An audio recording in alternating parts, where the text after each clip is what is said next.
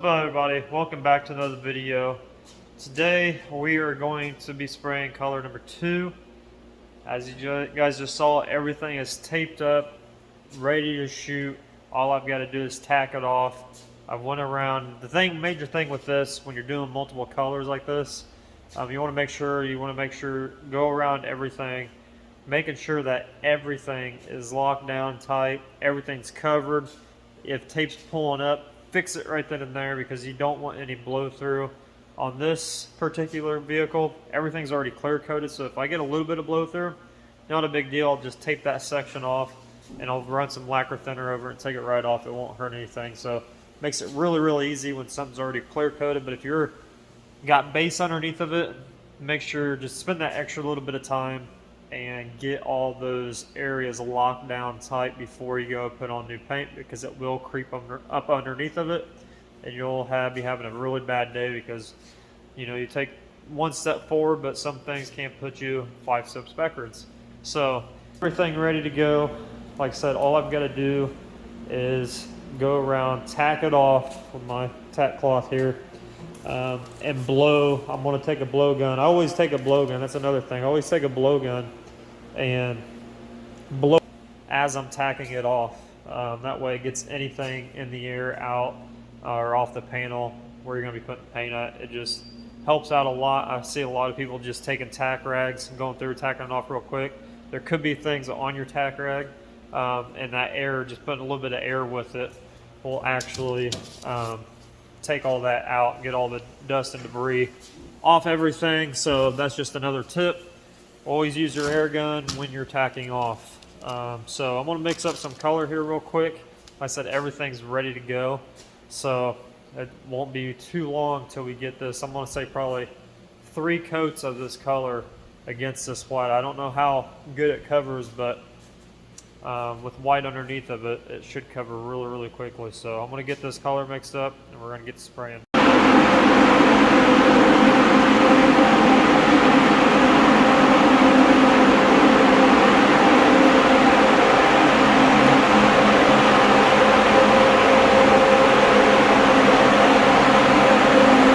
This color is crazy looking.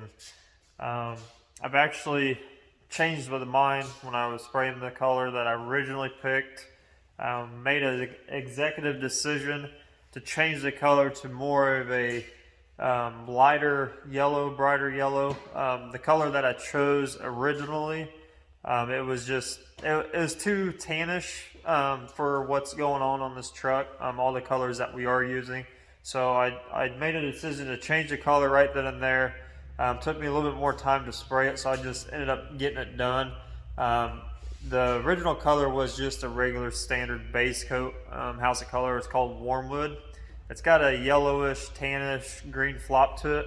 It looked pretty cool on the color chips, but once I started spraying it and looked at it on the truck, it was just way too.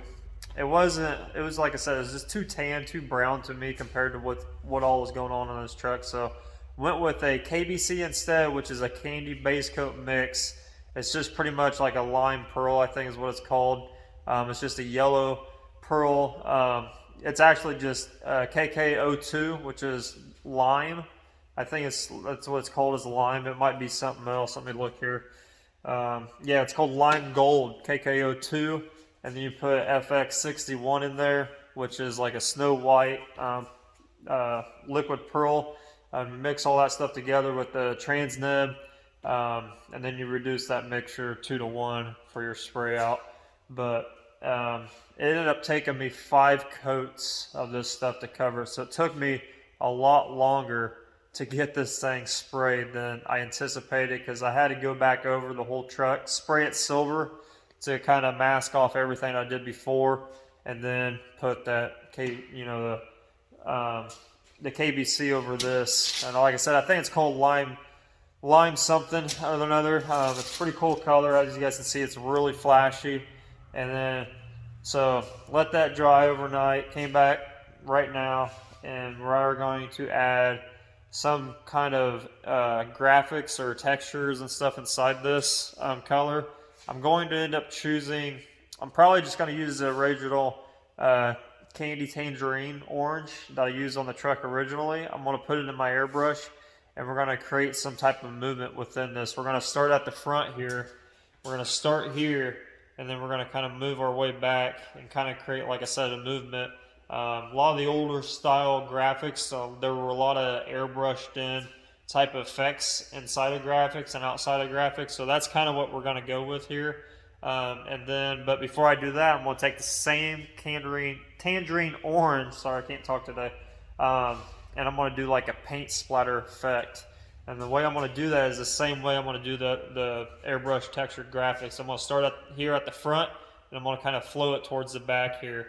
That way it's not just all covered in paint splatter and other paint covering this stuff up. But I'm gonna kind of work with it a little bit. It's gonna be heavier at the front than it is at the back, obviously, because that's where we want it to flow. But we're gonna do that just by simply mixing up some candy tangerine orange without reducing it at first. I think I've got some already mixed up that I use for airbrushing. So I'm gonna take that with not being reduced because I want the strongest I can get it.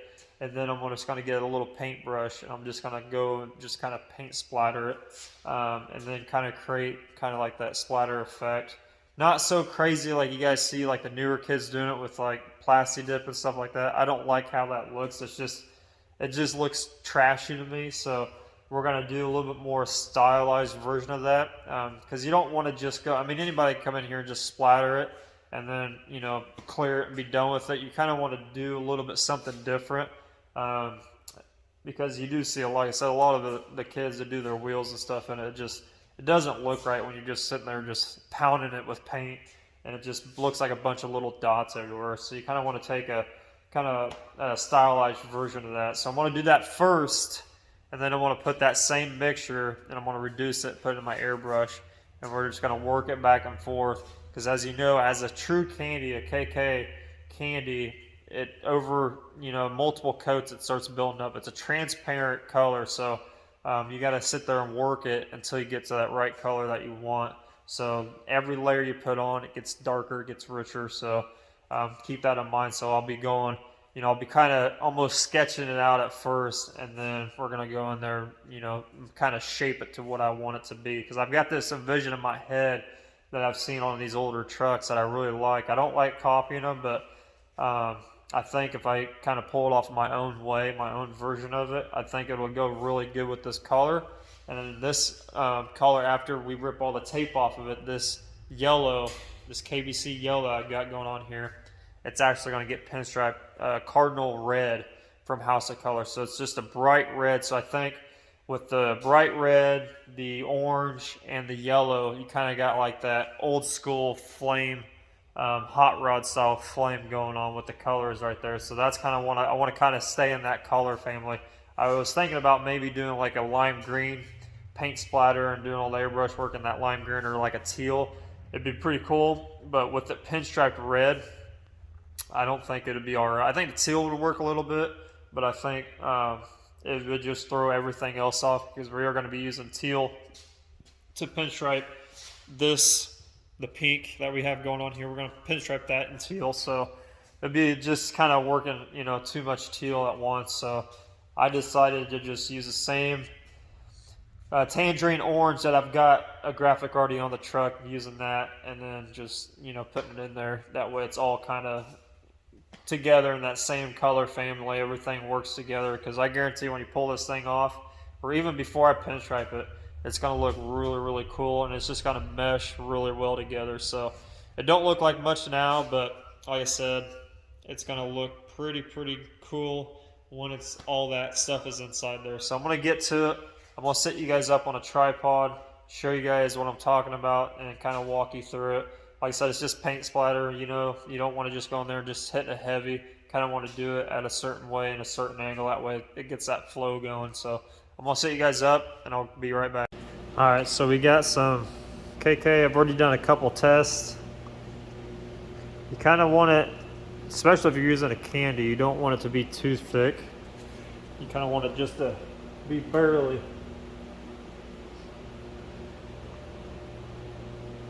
If you get it too thick, it comes out way too black.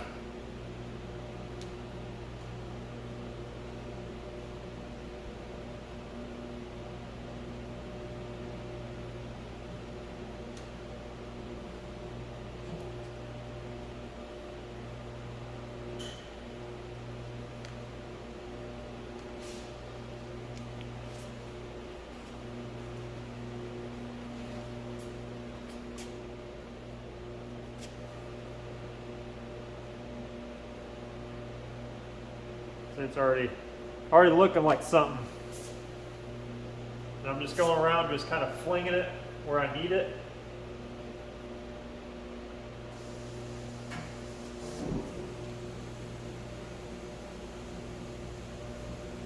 And as I'm doing this, I'm kind of giving it that motion that this side is going towards the back, so I'm pushing everything towards the back.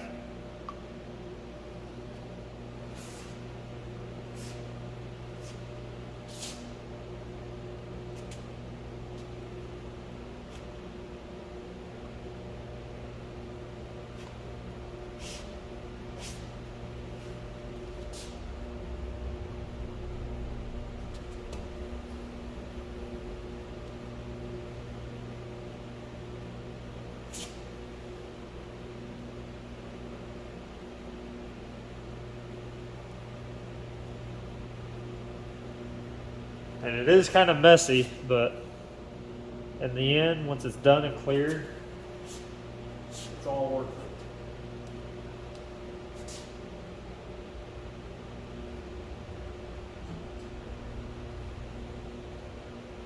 So towards the back here, I'm not going as heavy as I did like kind of this area. I don't know if you guys can pick that up, but it's pretty heavy in this area. That kind of just gradually fades away towards nothing at all.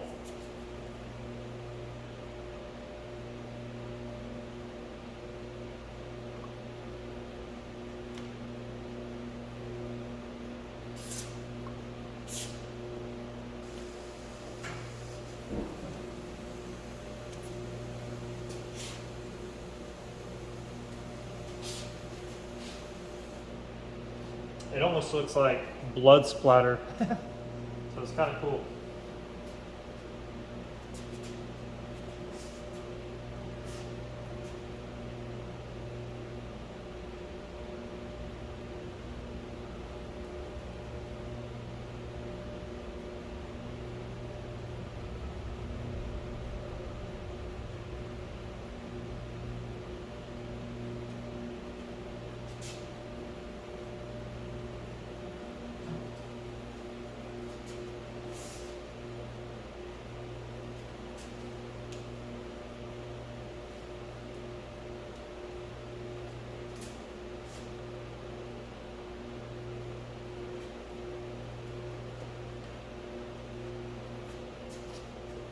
Alright, so I'm going to zoom in for you guys here. You can kind of see it taking shape.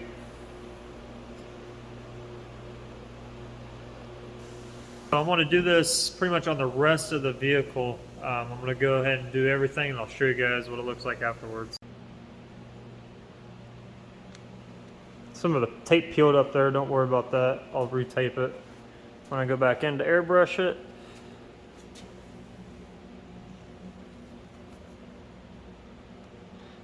It gives you guys the idea of, it looks more like blood because it's a darker, since it's the candy's all bunched up together, it's a darker orange, but when I go to airbrush it, I can build it up as strong as I want to because it's a candy. And every time you put, like I said, every time you put a coat down it, it'll get darker. But yeah, just a little bit goes a long way. You don't want to really overkill it because like I said, I am adding, I don't know even how you would call it, but it's a kind of just like strokes to make it look like the graphics moving. But it's coming out pretty cool right now. You guys get the idea with it all tore apart and or all the tape off of it and everything else that's on the truck. It's gonna look really, really unique and different, especially when I go in to add the airbrushed artwork inside there. Like I said, we're gonna start here. I'm gonna kind of use these kind of ending points as a starting point, so it's just gonna be strokes back and forth to give it that illusion that it's actually moving. So I'm gonna use all these points of where everything's taped off, and I'm just kind of gradually add it and make it go back. That way, it's something a little bit more than just nothing. If I can find a picture of what I'm talking about, I'll put it up here, but I'm gonna just kind of show you guys how to go about doing that. It's not really complicated. You do have to have kind of like an eye for it, I guess, because the way you got to layer it. But you can't just go in there with an airbrush or paint gun and start spraying paint everywhere. It's not going to work like that. So you kind of got to do it in strokes. So I'm going to set you guys up on a tripod and give you guys a time lapse of exactly what I'm talking about, and it'll give you guys a better idea.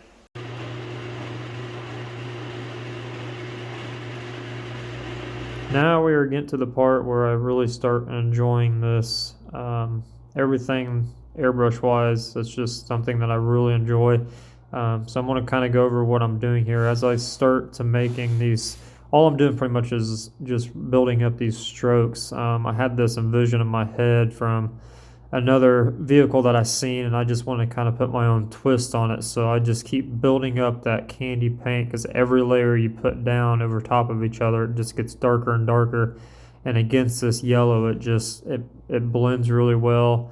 And when you peel this tape off, it's just going to be something that sets it off from just being just a standard candy yellow paint job. So as I'm just going back and forth here, as you see, I'm just doing strokes in certain areas just to kind of get it to where it looks like it's flowing back and forth. It just kind of, like I said, just adds a little bit more to it than just being a yellow.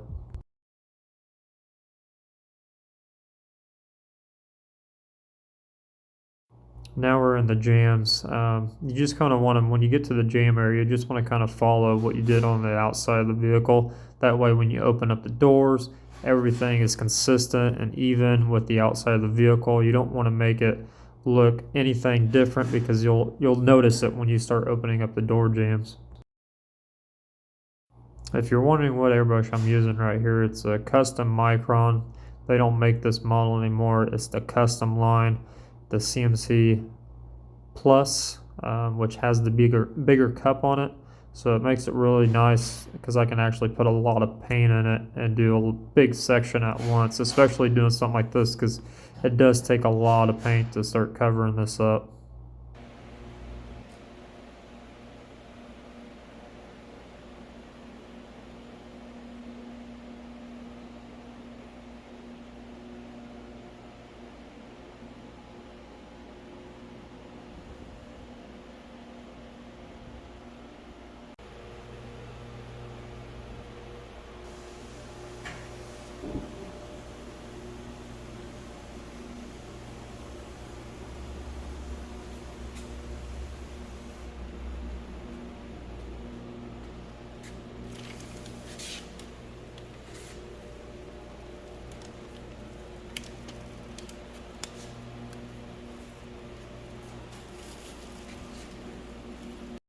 And here we go, starting to rip off the tape.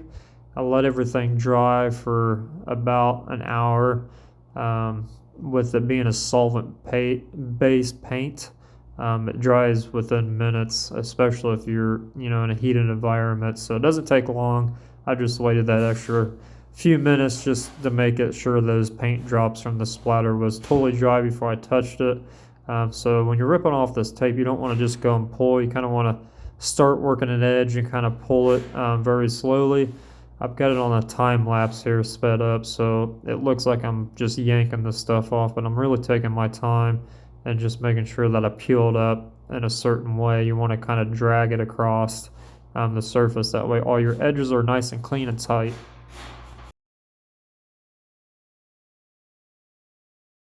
So as we start ending the near of this video, I just want to say thanks for watching. Make sure you like and subscribe if you're not already subscribed. It'll help me out a ton, because it'll just make me want to post more videos for you guys. I want to try to teach you everything that I know through video wise, or help you any way I can. But this is going to be part one of this kind of section of graphics here, because we're going to be adding more to it, and I'm not totally going to give you guys the full look of the truck once this tape's peeled off. I want to kind of spread it out between multiple videos. So hope you guys like the video, and make sure you subscribe to watch more.